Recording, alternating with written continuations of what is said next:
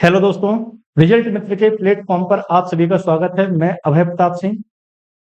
आज हम बात करने वाले हैं भारत में होने वाली महिलाओं के प्रति हिंसा के बारे में। इससे संबंधित हम कुछ अभी हाल ही जो मुद्दे हैं उन पर चर्चा करेंगे और जो डाटा गवर्नमेंट का कहता है उसके बारे में भी हम चर्चा करने वाले हैं। सबसे पहले कुछ उदाहरण देख लेते हैं कि यह टॉपिक क्यों न्यूज में बना हुआ है।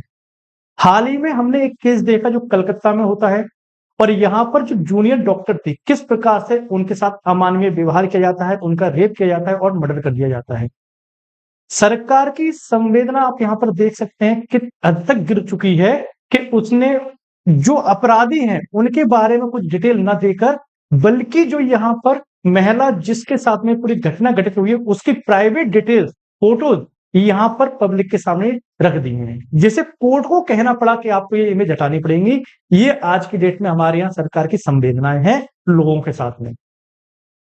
इसी सरकार से हम अपनी सुरक्षा सुनिश्चित करने के लिए चुन के भेजते हैं। आज इनकी स्थिति भी इस स्तर पर आके खड़ी हो गई है। ऐसा सिर्फ एक केस नहीं है, कई सारे केस हुए, जैसे कि दिल्ली रेप कांड के बारे में आपने सुना होगा।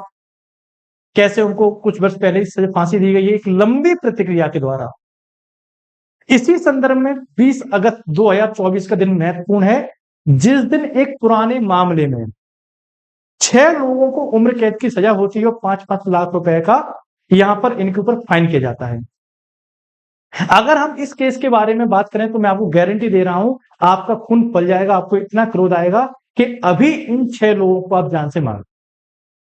ये केस है आपका 1992 का और कहा जाता है इसका जो नाम है अजमेर सामूहिक सेक्स स्कैंडल। अब इसमें हमने एक नाम लिया सामूहिक। तो मीडिया रिपोर्ट्स में आप देखेंगे इस सेक्स स्कैंडल में कुल 100 महिलाओं के बारे में बताया जाता है जो शिकार हुई थी। और अगर मैं आपको बताऊं तो यहां पर जो अनऑफिशियल डाटा है उसमें 250 महिलाओं के बारे में कहा जाता है कि जो अजमेर सेक्स स्कैंडल था 1992 का, उसमें तकरीबन 250 महिलाएं शिकार हुई। अब ये सेक्स स्कैंडल हुआ कैसे था, इसके बारे में हम पूरा विस्तृत रूप से समझते हैं। अजमेर में एक दरगाह है जो काफी लोकप्रिय है, देश विदेश से लोग यहां पर आते हैं। इसी दरगाह के कुछ प्रभावशाली लोग थे जो इस दरगाह का रखरखाव करते हैं। इसी परिवार से संबंधित कुछ युवा लोग थे जो उस समय एक विशेष पार्टी से जुड़े हुए थे। काफी पुरानी पार्टी है जिसकी 1885 में स्थापना हुई थी। अब आप समझ गए हो किस पार्टी की बात कर रही हूं। यहां पर आप देखेंगे इस पार्टी के कोई जिले स्तर के नेता थे, कोई क्षेत्रीय स्तर के नेता थे। तो इन्हीं नेताओं के प्रभाव के कारण आप इस केस के बारे में ज्यादा नहीं सुनते होंगे। कुछ मीडिया रिपोर्ट्स में इसमें आप देख लेंगे, लेकिन अधिक आपको पता नहीं होगा कि केस क्या था, एक कांड क्या था, जो हम आपको बताने वाले हैं। वर्ष है 1992 का। कुछ युवा एक योजना बनाते हैं कि जो अजमेर में गर्ल्स कॉलेज और गर्ल्स स्कूल है, यहां पर किसी एक बालिका से या फिर किसी एक बच्ची से दोस्ती की जाए। तो एक व्यक्ति इसके लिए चुना जाता है, वो है एक बालिका से यहां पर दोस्ती करता है और दोस्ती करने के बाद उसे बहला फुसलाकर जब उसका भरोसा जीत लेता है, एक सुनसान जगह पर लेके जाता है। और जब सुनसान जगह पर लेके जाता है तो उसके साथ में यहां पर रेप की घटना होती है। और हद तो तब हो जाती है जब उसकी पूरी फोटो ली जाती है। 1992 की बात है, उस समय डिजिटल कैमरे नहीं थे मोबाइल वाले आज के, तो जो कैमरे पहले चलते थे उन्हीं से यहां पर फोटो खींची जाती है।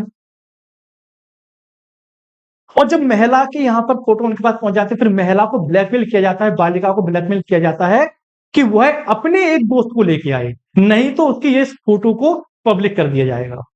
अब उस समय हर आदमी के पास प्रिंटर नहीं हुआ करते थे, हर आदमी के पास ये कैमरे नहीं हुआ करते थे। तो इन इमेजेस को निकलवाने के लिए जो कैमरे की दुकानें होती थी, स्टूडियो होते थे, उन पर लेके जाया गया। तो जो कैमरे वाला था उसने भी इनकी 2 कॉपियां निकाली, एक जो कस्टमर था उसे दिया, एक अपने पास रख ली। तो अब इस प्रकार से जो महिला की प्राइवेसी थी वो भंग होना प्रारंभ हुई। तो एक तरफ तो जिन लोगों ने ये घटना को अंजाम दिया वह उस महिला के ऊपर बार बार संबंध बनाने के लिए मजबूर कर रहे हैं, ऊपर से उसे अपने दोस्तों को लाने के लिए मजबूर कर रहे हैं। और दूसरी तरफ जो कैमरा के पास से ये लोग फोटो क्लियर करवा रहे हैं, वो कैमरामैन भी एक एक कॉपी रखता जा रहा है, जिसके बिहाफ पर वह इन महिलाओं को ब्लैकमेल कर रहा है। तो एक तरफ से डबल मानसिक शोषण के शिकार हो रही है। यही क्रम चलता रहा। एक बालिका अपनी प्राइवेसी को बचाने के लिए, इस उद्देश्य से कि वह किसी और को लेके आएगी तो उसकी फोटोज को यहाँ पर डिलीट कर दिया जाएगा, वो किसी और बालिका को लेके आ जाती है। उसके साथ भी यही होता है, फिर उसे और किसी बालिका को लाने के लिए बोला जाता है। इस प्रकार से यह सिलसिला चलता रहा और लगभग 250 से 300 महिलाएं इस कांड का शिकार हुई। इतना बड़ा ये कांड था। इसमें सारे प्रभावशाली व्यक्ति लोग थे, मौजूद थे, जो उस समय किसी एक विशेष पार्टी से जुड़े हुए थे और जो यहां पर उस दरगाह से भी संबंधित, जिसकी वजह से ये बात ज्यादा ओपन नहीं हो पा रही थी और इन बालिकाओं को ब्लैकमेल किया जाता था कि अगर आपने हमारी बात नहीं मानी, आपकी फोटो हम पोस्टर के रूप में बाजार में चिपका देंगे। तो एक प्रकार से कहीं ना कहीं बालिकाएं भी इस चीज से डरी सहमी थी। अब ये न्यूज उभर के कैसे आती है? तो यहां पर एक स्थानीय पत्रकार थे, इनका नाम था संतोष गुप्ता। इन्होंने इस रिपोर्ट को सबसे पहले पब्लिश किया कि कैसे यहां पर एक बड़ा सेक्स स्कैंडल चल रहा है, जिसमें कई सारी महिलाओं को यहां पर ब्लैकमेल किया जा रहा है और उनके साथ शारीरिक संबंध बनाए जा रहे हैं और उन्हें और महिलाओं को लाने के लिए यहां पर बोला जाता है। जब ये रिपोर्ट न्यूज में आई, तब यहां पर अधिकारियों के हाथ पैर फूले और फिर उन्होंने इस न्यूज को ही दबाने का प्रयास किया, क्योंकि यहां 1, 2, 3 महिलाओं की बात नहीं थी, ये बात थी 250 से 300 महिलाओं की। अगर ये बात पब्लिक होती तो सरकार की भी किरकिरी होती, अधिकारियों की भी किरकिरी होती। लेकिन जैसे ये बात न्यूज में निकली, बाहर निकली, तो कुछ बालिकाओं ने हिम्मत करके यहां पर रिपोर्ट करवाई थाने में जाकर। बाकी जो बालिकाएं थी उन्होंने इतनी हिम्मत न जुटा पाई और लोक लज्जा से यहां पर आत्महत्या का सिलसिला प्रारंभ हुआ। पहले एक कन्या ने आत्महत्या की, फिर दूसरी ने, फिर तीसरी ने, और यहां पर जो कन्याओं ने एफआईआर की थी उन्हें भी इस दरगाह के प्रभावशाली लोगों ने और साथ में जो यहां पर जो प्रभावशाली नेता थे उन्होंने ब्लैकमेल किया कि अगर आपने इस एफआईआर को वापस नहीं दिया तो आपके परिवार वालों के साथ गलत किया जाएगा, आपके साथ गलत किया जाएगा, और उन्हें यहां पर दबाने का प्रयास किया गया। इसी संदर्भ में आप पाएंगे जब ये सिलसिला चलता रहा और ये न्यूज जब आग की तरफ पूरी जंगल में फैलती रही, तब जाके लोगों का ध्यान यहां पर गया और फिर यहां पर जांच प्रारंभ की जाती। तब तक कई सारी बालिकाओं को इस जाल में फंसाया जा चुका था और कई सारी बालिकाओं की फोटो भी पब्लिक कर दी गई थी, जिन्होंने केस लेने से मना कर दिया। अब यहां पर बात आती है कि ये ऐसा समय था कि इस समय कोई भी व्यक्ति अजमेर में अपने पारिवारिक संबंध स्थापित करने के लिए तैयार नहीं हुआ। किसी को यह पता नहीं था किस बालिका के बारे में कल ऐसी अफवाह आ जाए, तो लोग यहां से पलायन करने लगे, देश के अन्य कोनों में जाने लगे, कम से कम इज्जत बची रही। लेकिन ये केस इतनी जल्दी रुकने वाला नहीं था, तो कई सारी कन्याओं ने यहां पर क्या किया, आत्महत्या की, क्योंकि उन्हें न्याय नहीं मिल रहा था, चीजों को दबाया जा रहा था। उसी में आप देखेंगे जब ये जांच बैठती है तो 18 लोगों के खिलाफ रिपोर्ट दर्ज की जाती है, मामला दर्ज किया जाता है। और 18 लोगों में से 20 अगस्त 2024, लगभग 32 साल बाद इस केस में निर्णय आता है, जिसमें 6 लोगों को उम्र कैद की सजा सुनाई जाती है और 5-5 लाख रुपए का जुर्माना लगाया जाता है। अब यहां पर जो बाकी के लोग हैं उनमें से 5 लोग सजा काट चुके हैं, 4 लोग बरी हो चुके हैं, एक ने सुसाइड कर लिया, एक के खिलाफ केस चल रहा है और एक व्यक्ति फरार चल रहा है। कई आरोपी नेपाल भाग गए हैं जो अभी तक लौट के नहीं आए। तो इस प्रकार से जो सबसे बड़ा हमारे इतिहास में एक केस है जिसे हम अजमेर केस के नाम से जानते हैं, जहां पर यहां पर महिलाओं को इस प्रकार से प्रताड़ित किया गया और सरकार की संवेदना यह है कि वह तब भी इस मैटर को दबाने का प्रयास कर रही थी और आज जो कोलकाता में हुआ उसमें भी केस को दबाने का प्रयास कर रही है। और यही सरकारें दावा करती हैं शिक्षा के क्षेत्र में महिलाओं को बढ़ाने के लिए, हर क्षेत्र में महिला वृद्धि की, बेटी बचाओ बेटी पढ़ाओ जैसी योजना की बातें करती है। इसी संदर्भ में आज हम बात करेंगे सरकार के द्वारा अलग अलग समय दिए गए महिला हिंसा के संबंधित डाटा के बारे में। आइए यहां पर कुछ मैंने डाटा लिया है, जिसमें सबसे पहले जो डाटा है एनसीआरबी का है, नेशनल क्राइम रिपोर्ट्स ब्यूरो का यहां पर डाटा लिया गया है।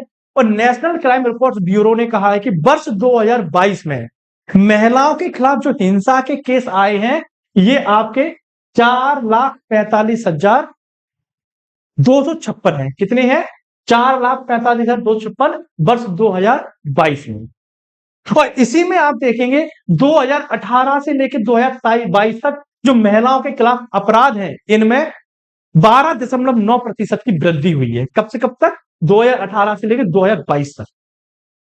इसी संदर्भ में जब आप आगे देखेंगे तो यहां पर भारत में महिला पुरुष रिपोर्ट है 2023। इस रिपोर्ट में कहा गया है कि महिला हिंसा के जो मामले थे 2017 में, ये थे आपके 3,59,849, मतलब कह सकते हैं 3,60,000 के आसपास, कुछ ही इसमें कम है। 2022 में ये केस बढ़ के 4,45,000 हो गए।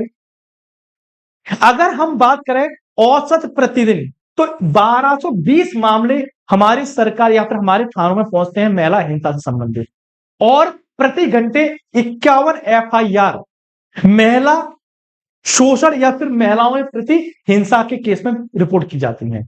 कितनी? 51 रिपोर्ट प्रति घंटे। ये डाटा वो है जो सरकार के पास तक पहुंचता है। कई सारी यहां पर जो युवतियां होती हैं इतनी हिम्मत नहीं जुटा पाती कि थाने तक पहुंचे। समाज का भय, परिवार का भय, इज्जत की चिंता, इन सब कारणों से कई सारे केस तो यहां पर रजिस्टर्ड ही नहीं हो पाते। फिर यहां पर आप देखेंगे राष्ट्रीय परिवार स्वास्थ्य सर्वेक्षण, इसकी 5वीं रिपोर्ट आई है, और इसने कहा है कि भारत में 15 वर्ष से लेकर 49 वर्ष तक की जो महिलाएं हैं, इसमें कुल संख्या की जो महिलाएं उसमें से 1/3 महिला किसी ना किसी प्रकार से हिंसा का शिकार हो रही है। मतलब प्रत्येक तीसरी महिला, 3 में से 1 महिला यहां पर किसी ना किसी रूप में हिंसा का शिकार है। 15 से लेकर 49 वर्ष तक की महिलाओं की यहां पर बात की गई। अब यहां पर आप देखेंगे इसमें कौन कौन सी हिंसाओं को शामिल किया गया है। तो इसमें सबसे पहले जो शामिल किया गया है, पति या ससुराल वालों द्वारा क्रूर व्यवहार के सामना करने वाली महिलाएं, इनकी संख्या 31.4% है, 31.4%। आगे आप देखेंगे अपहरण किए जाने वाली संख्या 19.2% है। लज्जा भंग करना इसमें 18.7% है, और बलात्कार 7.1 घटनाएं यहां पर मौजूद है। ये यहां पर कुल डाटा है। अब यहां पर आप देखेंगे भारत में लगातार बढ़ते बलात्कार या रेप के आंकड़े। 2016 में अगर हम बात करते हैं तो महिलाओं से संबंधित यहां पर कि बलात्कार के उद्देश्य से महिलाओं पर जो हमले किए गए, इनकी संख्या 39,000 थी। वहीं आप देखेंगे वर्ष 2018 में हर 15 मिनट में एक रेप केस दर्ज किया जाता है हमारे देश में। 2018 के अनुसार हर 15 मिनट में एक रेप केस। 2022 में आप देखेंगे भारत में 31,000 से अधिक यहां पर रेप के केस दर्ज किए गए हैं। अगर हम बात करें 2020 की, तो 2020 में एक अपवाद है कि रेप के केसों में कमी आई थी। क्यों कमी आई थी? क्योंकि यहां पर कोरोना लगा था और सभी लोग अपने अपने घर में बंद थे।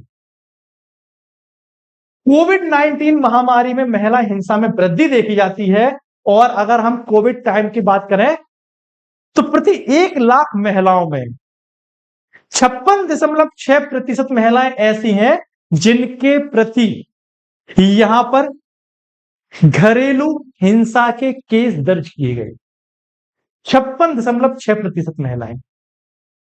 और फिर यहां पर आप देखेंगे 2021 में 64.5% महिलाएं 1 लाख पर ऐसी हैं जिनके साथ में यहां पर घरेलू हिंसा होती है। तो ये यहां पर डाटा है। हमने 2 महत्वपूर्ण बात की, एक अजमेर केस के बारे में, एक जो महिलाओं के प्रति हिंसा होती है। तो अब आप समझ सकते हैं कि हमारे देश में जो दावे किए जाते हैं, बेटी बचाओ बेटी पढ़ाओ, बेटी का सुरक्षित भविष्य, कितना सुरक्षित भविष्य है, आप यहां पर इस चीज को देख सकते। ये डाटा था जिसकी हमने यहां पर चर्चा की। उम्मीद करता हूं अब आप एक रियलिटी समझ चुके होंगे, और इस डाटा का अगर आप बात करने जाए तो हकीकत में कई गुना ज्यादा है, क्योंकि ये तो बस वही डाटा है जो सरकार के पास पहुंचा है, जिसकी रिपोर्टिंग की गई है। ऐसे कितने केस होंगे जिसकी रिपोर्टिंग नहीं की गई, आप अंदाजा लगा सकते हैं। तो ये हमारा टॉपिक था जिसके बारे में हम चर्चा की। तो सुरक्षित रहिए, सेफ रहिए, ज्यादा किसी पर भरोसा मत कीजिए। अगर आप अपने परछाई से भी बच के रहेंगे तो आपके साथ में कभी भी कोई दुर्घटना नहीं होगी। अक्सर होता क्या है, लोग मीठी-मीठी बातें करते हैं और बाद में उनके उद्देश्यों का पता चलता है कि इस व्यक्ति का उद्देश्य क्या है, जब तक काफ़ी देर हो चुकी होती है। तो ऐसी चीज़ों से आप बच के रहिए। इसी प्रकार के और टॉपिक आपके सामने लेके आते रहेंगे, जो लोग मानवता से संबंधित हैं, आपकी पढ़ाई के लिए इम्पोर्टेंट है। बने रहिए रिजल्ट मित्र के साथ में। Thank you. जय हिंद।